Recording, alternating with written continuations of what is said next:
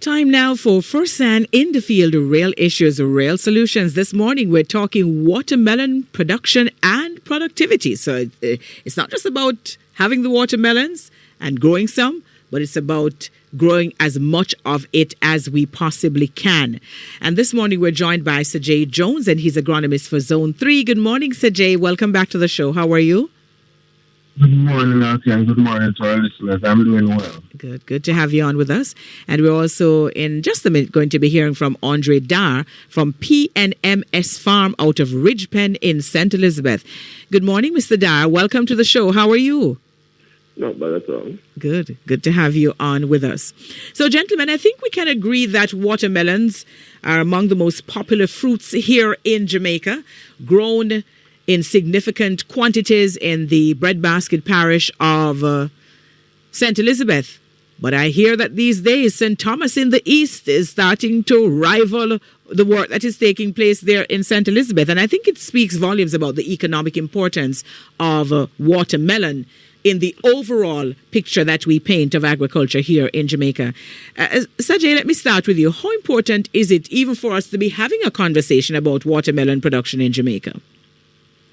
Well, as you said, it speaks to the economic importance. The basic source of food supply to every is agriculture, right? If the demand for food production is not met in any country, it affects the rate of growth for that country. Watermelon production contributes to national income. The majority of advanced countries were able to rise as a contribution made by agriculture. This contribution was then invested in the other sectors with aided in their development. Mm-hmm. And so it is, as I pointed out, a fruit that is of significant economic value to the country. Yes, it is. Well, let me ask Mr. Dyer, since you're a watermelon farmer, how do you see it? How important is the fruit in your area, your neck of the woods? Yes, ma'am. The fruit it's one of the major, fruit being grown in this area. From the belts, the Pigeon Plains back as far as Junction. And watermelon is one of the main crops that can, guarantee you a good return on your money. Mm-hmm. So whatever it is that you invest, you're going to get good returns. Yes. All right. That is, of course, dependent on whether you do everything that needs to be done, which is why we're having this conversation here this morning. You have to get everything right. Yes, ma'am. You must. All right, in order to yield the right kinds of results. For those of you who are just joining us, we're engaging in conversation this morning. Sajae Jones, agronomist out of Zone 3 for Newport-Fersan, Jamaica Limited. And our very special guest is Dyer from PNMS Farm in Ridgepen, St. Elizabeth. Let us get back to Sajae now. Because Sajae, we need to talk about the issues that create challenges in watermelon production. So from your perspective and what it is that you're hearing from the farmers, what you see out there in the field, what are some of the concerns? What are some of the issues that impact watermelon production and productivity? Okay, yes. As with any crop, there are issues. So I'm just going to highlight 4 of them this morning. These are inadequate land preparation, the absence of a complete and balanced nutrient management program, pest and disease, and unfavorable pH. Mm-hmm. So let's take a look at land prep, right? You need to have the correct drainage, type, and placement, as this plays an important part in how water will move through your field, right? You need to have it in place to also prepare the land for the root of the crop to move through the soil and bind and pick up nutrients. Another interesting thing that you can know with watermelons is that they have a modified leaf called a tendril. Now, if your land preparation is not done properly and you're in an area that is windy, what will happen is that the vines would be blown by the winds and tossed and turned. If these tendrils do not have something to bind to and hold on to keep the vine firm in the early stages of the crop, right? As it regards to nutrient management, having the proper nutrients, there's a law called the law of the minimum, and this states that the growth of a plant is limited by the plant nutrient element. Mm-hmm. not present in the smallest quantity, right? All others being present in adequate amount. Now let's take this into perspective. If you have a drum, right? A drum filled with water, the circumference or the drum itself represents all the nutrients that the plant will ever need to reach its full yield or its full potential. And the water within that drum represents its yield or its potential, right? Now, if we poke a hole in the middle of the drum, just a small hole about the size of a pen, that represents the missing nutrient. One nutrient is missing, one of the micros is missing. What will happen is that the water will leak out of that drum until it reaches where that hole has been punctured at the side. So you see the importance of having all the nutrients present, because a chain is as strong as its weakest link, right? Another thing that we can look at is the 4 R's. Having the right source, the right time, the right rate, and the right place, right? Let us take this into a further perspective. Calcium is a nutrient needed by watermelon, in adequate amounts. If it is not present, you'll have a deficiency called blossom end rot. This is where the end of the melon, opposite the peduncle, or the stem which the melon feeds from, will become darkened and necrotic. And this is as a result of calcium deficiency. So if you don't have the right source of calcium, put it on at the right time, the right rate, and the right place, then you'll have this deficiency presenting itself, right? Let us look at the other one, pest and disease. Now, one of the most important aspects of pest and disease management is actually scouting. And this is the part which farmers often neglect or don't pay enough attention to, right? They will just go out and religiously apply chemistries as they know that this pest may come up during their crop. And it shouldn't be so. You should scout your field properly and then apply the measures that are necessary. It shouldn't always be that you jump to chemical measures. And if you scout properly and prepare properly, you won't always have to resort to using chemical approach towards your farming, right? For example, the powdery mildew, it shows up with a grayish-white powder on the leaves, right? And knowing this, and knowing how it shows up, and knowing the conditions, which is a hot, dry condition, whenever this is coming about, you know that you can prepare for your powdery mildew. Another one may be an insect pest, aphids, right? You know that these are small, soft-bodied insects with long, slender mouthparts that feed on the sap. And further down, we can tell you how you can go about getting that aphids outside of using a chemical approach. Another will be your viral, which is in the watermelon mosaic virus. This is a mottling or mosaicing of the leaves, which gives a yellow-green coloration throughout the leaf, right? And finally, we get to unfavorable soil pH. Now, what we want to understand with pH is that it ranges from 0 to 14 on the scale, right? Below 7 being acidic, above 7 being alkaline. Crops generally prefer a slightly alkaline, acidic soil, which is between 5.5 and 6.5. This is the range where it takes up both the macros and micros efficiently to allow for the crop to be best potential in terms of yield and quality. All right? At the lower pH, 5.5, below that, you'll have your macronutrients being inhibited in terms of their uptake.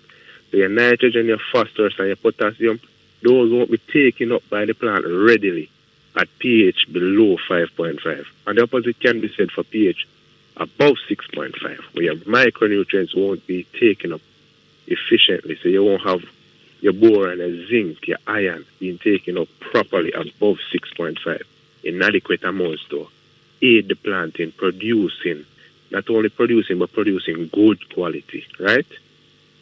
Let us take an example of pH, a pH of 4. If you apply 100 pounds of nitrogen to your soil, a pH of 4, around 30% of that nitrogen is what you'll actually be able to use. But if you can amend your soil pH and bring it to a 6, then you'll be using upwards of 90%. of that nitrogen. So you see how important pH is. Maximizing the use of the nitrogen there. All right, thank you very much, Sajae. Let us bring Mr. Dyer back in, because Mr. Dyer, since you have been at this for some time, we want to find out what that experience has been. What can you extend a little bit more information to us in terms of what that experience has been producing watermelons over the last 3 years? Yes. Producing watermelons over the last 3 years has been a disappointing one. I've been farming over 15 years now, and for the last 3 years, watermelon, which is one of my biggest crop farm, you have the quality has reduced so far to a point where vendors come in and buy your fruits and take it to the market. The fruit is not of a eating quality and take it back to you. Wow. So at one point, about 2021, I lost over 200,000 pounds of watermelon. That's a heavy loss. Heavy financial loss. Heavy loss. Are you in the section of St. Elizabeth where the farmers had been challenged by that soft rot in the center of the fruit? Yes, ma'am. Okay. And so the fruit really was not edible. No, it wasn't. And person from the research institute came down and they have all sort of policy that but my understanding, although I'm not an agricultural trained, I know that it must have been a virus that is transmitting the virus from area to area. Mm-hmm. And I know personally that was my view.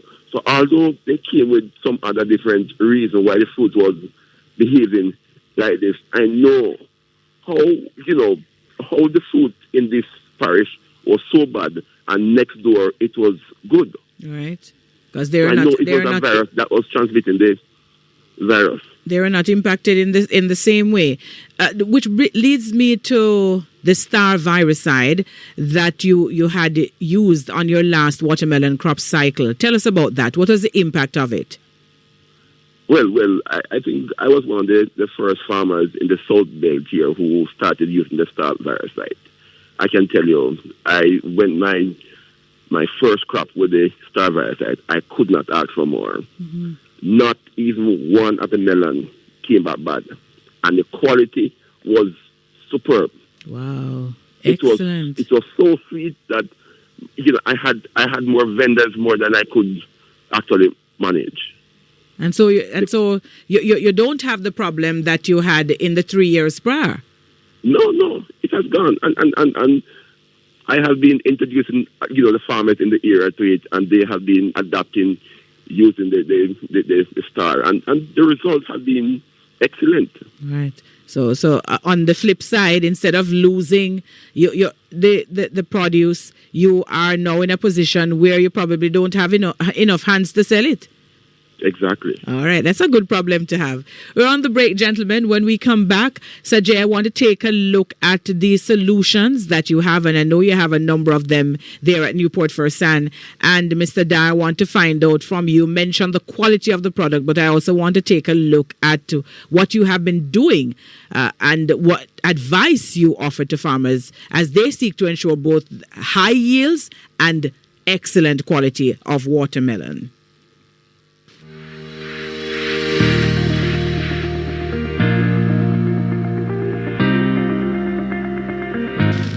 We are inside the feature Fersan in the Field, Real Issues, Real Solutions. So we heard from Andre Dyer just ahead of the break that he had a very difficult time in the 3 years over a 3-year period with his watermelon fruit. They just were not producing or coming the way that they should have, and there was a problem with that soft rot in the center Many farmers in his neck of the woods would have experienced that over the last few years, but he turned to star viricide and it has turned around his fortunes. That then leads me to Sajae Jones. And Sajae, as a technical unit at Newport-Fersan, we have to ask you what sort of preventative and curative measures you have been employing or can be employed by farmers to treat with some of the issues mentioned by Mr. Dyer. All right. So what I'll do, I'll just cover up all the issues that we have mentioned since this morning. So we'll start off with land prep, as we have 4 issues, so we'll just cover all of them. So land prep. We here at Newport-Fersan offer a field appraisal tool. As you will know that all areas of agriculture are tied together. So field appraisal starts off to lead to land preparation. We can guide you in terms of how to place your drains and how to construct your whole agricultural setup. For example, in our field appraisal, we can lead to land prep, right? So from land preparation, we can even start to tackle some of the diseases and the pests that would affect you in the future. For example, fusarium wilt. As a component of land prep, we can advise farmers from their last grain season, they would have fusarium wilt, which is a soil-borne disease, right? So what we'd advise you to do is to drench the soil with either Enigma or Clearway prior to planting it. This will lower the threshold of the disease there, right? We can even move to the absence of a balanced nutrition program. Now, with the nutritional deficiency mentioned before, blossom end rot, what we can do, we can advise you to use our AMS program, which comprises of our precise nutrient management system or our improved nutrient management system. In using either of these, you may be presented with a melon blend, which carries calcium in it, which can prevent blossom end rot. We can also offer you calcium nitrate pending the growing stage that you're at. We can also offer Maniplex calcium or Maniplex cal zinc, which are foliar supplements to help reduce and eradicate the blossom end rot, right? We can even move further into it. Those are examples of the right sources, as we mentioned before. We can even look at the right time, because timing plays plays a key and important role in how you go about your production leading to productivity, right? You need to implement your nutrients at the right time. So you need to put on nutrients at planting when the vine is 3 feet long and when the fruit is at egg shape.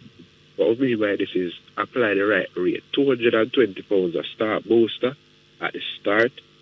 At the 3 feet length, we apply 220 pounds of the melon blend.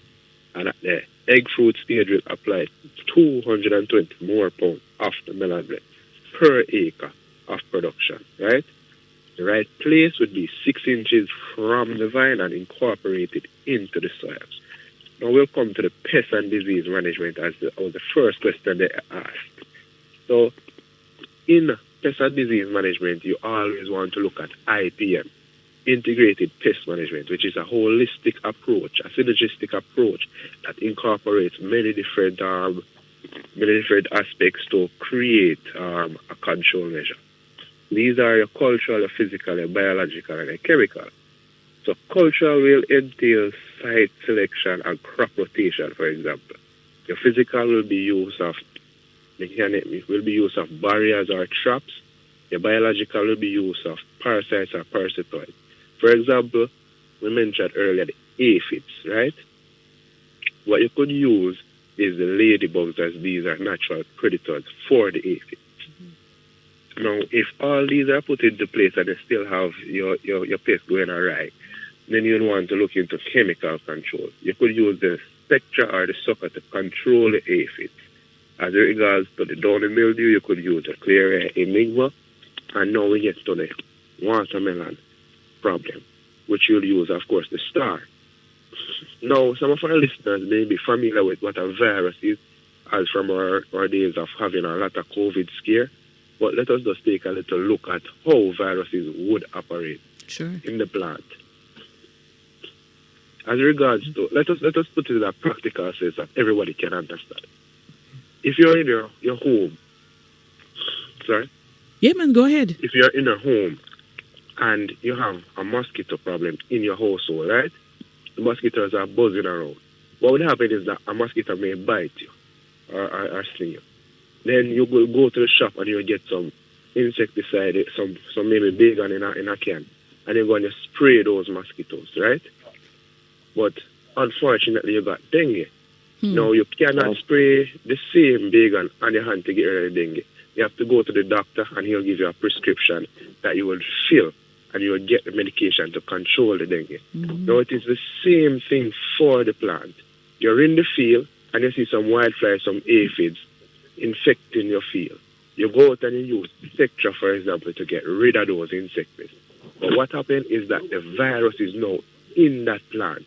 And the Spectra, like the bacon, cannot get rid of that virus from the plant. So you have to go out now and come to the doctors, Newport-Fersan. And yes, we also have prescription pads. We'll write you a prescription for Star. And you can go out now and get your Star and control that virus within the plant. Same way as you go to a doctor and control the virus dengue in your body. Right? We can even go further. How does the virus really affect the plant? Some persons may know this from bits and pieces, but what can happen in a synopsis is that the virus can affect the pathways within the plant and obstruct the movement and nutrients to where it needs to go. So it actually weakens the plant. Yes, it weakens the plant. Because as with you, without calcium, strong bones and teeth, then you'll have brittle bones breaking. So that's what happened. You have the cell walls of the plant collapsing as a result of lack of proper nutrient supply. So with these missing, then the plant will become a weakened stage. You'll have poorer quality, poorer quantity. Now what the Star really will do, it will go and engulf and encapsulate those virus and make them dormant and allow the plant to return to its proper physiological state, and then you will be able to produce the food in that quality and quantity that we so desperately want, that we deserve, that we need for the betterment of the nation. Right? Now finally we'll go to soil pH. Now we already know that the range is from 0 to 14. So if you are below the if you're above 6.5, then you can use Sulfursan to bring your soil to that pH level that it needs. And we offer soil testing so you can know where you're at in order to better maximize your production. If it is below 5.5, then we can use Calcifersan to raise that pH and put it where it needs to be for your proper nutrient uptake. Very good. And I'm very happy that you went to the pH, because I have a question here from Mr. Newby, who says, I've heard other farmers on the ground speak about water pH. Is water pH different from soil pH? And how does it affect the crop? Also, does different water sources have different pH? And is there any product that can test for water pH and make the necessary adjustments? Yes. So water pH also ranges on a scale from 0 to 14. And it is very important. I am glad that we got this question this morning. Water pH. Now for your chemistries, we mentioned 4 chemistries earlier. Well, let's just look at one of them, seeing as we're on the topic of virus, right? We can use sucker or the Spectra to control your insect pest, to lower that threshold of the viral load in the plant, right? So what would happen is that whenever you use the Spectra or the sucker in the water source that is having a high pH, so the pH for the water needs to be between 5.5 and 6.5, just like a soil pH, in order to allow the chemistries to work properly, right? So when that water pH is above 7, going to 7.5, you start to have alkaline hydrolysis taking place. What this means is that the active ingredient will begin to decompose and become inactive, or it won't be as effective. Its efficacy will be compromised. So you'll mix up your good spray and you go out there spraying, and after a while it's like you're spraying nothing. You're just spraying some water. You're making those pests become immune. Because the water pH is off, the balance. Yes. Right. It will be like you've vaccinated your pest with that pesticide. All right. Well, They because won't spray forever. Sajae, because I have a number of questions coming in on WhatsApp, I'm going to ask you to quickly tell us, explain to Mr. Newby what it is that is used to test the pH of the water, and that is very important information for all farmers, actually. So what we'll be using is a pH meter. So a pH meter will be able to tell you the pH of the water, and then you'll be able to use citric acid to amend that pH to where it needs to be. All right, excellent. Now the question for you here, let me see if I can quickly get to them. Good morning, Miss Mack. Please ask the Fersan team where can purchase their chemicals. Okay, so we have our chemicals in farm stores island-wide. If you are unable to get it in a farm store that is closest to you, you can always reach out to our offices and we'll make it available to you as quick as possible. No matter where it is that you are in the country, because your reps are all over. All over. All right. All over. Another so question. You can reach us on our social media. Okay. Another question here. My watermelon crop will be ready within 3 weeks. I noticed signs of ring spot on the fruit. Is it too late to correct this issue? No, it is not. As the star viricide has both a preventative and a corrective approach. So what we recommend is you get the star viricide, you apply today, 4 days later, then you can put it on a 2-week rotation, and that will effect some change to your crop. All right. And a question here from Theo Kingston. Do they sell the strips of paper to test pH? No. What we have is a pH meter, which is much more robust and better for your production, as you'll be able to test quickly and store easily. Sajae, you came so prepared. I wonder if you knew they were going to ask all of these questions up in here this morning. No. That's what you come I to tell you. expect from Newport-Fersan. All right. So I thank you so very much because you have answered all of the questions quite efficiently. I have a feature that comes up. I'm going to hold on to you just a little bit longer, but let me just get back to Mr. Dyer, because Mr. Dyer, I want you to provide some information to the other farmers who are listening. What would you say to a farmer seeking to ensure both the highest possible yield as well as the best quality in watermelon production from your experience? Yes, from my experience, I would suggest the farmer, before planting watermelon, do a soil test. Doing a soil test, it gives the farmer a clear idea of the potency of the soil. Because I think for most farmers, they're over fertilizing, and doing a soil test, it gives you a clear indication of what to put in the soil.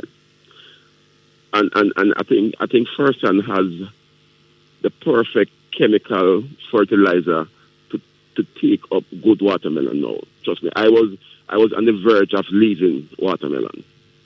All right. And So, the viricide came along and stripped me off my feet. And trust me, I am so convicted by the product to a point where I am extending my watermelon size field now. so you're going to grow more watermelon? Yes, ma'am. That is absolutely fantastic. All right, gentlemen, we're on the break, so I'm going to take the commercials. But then when we come back, we wrap up the conversation with you.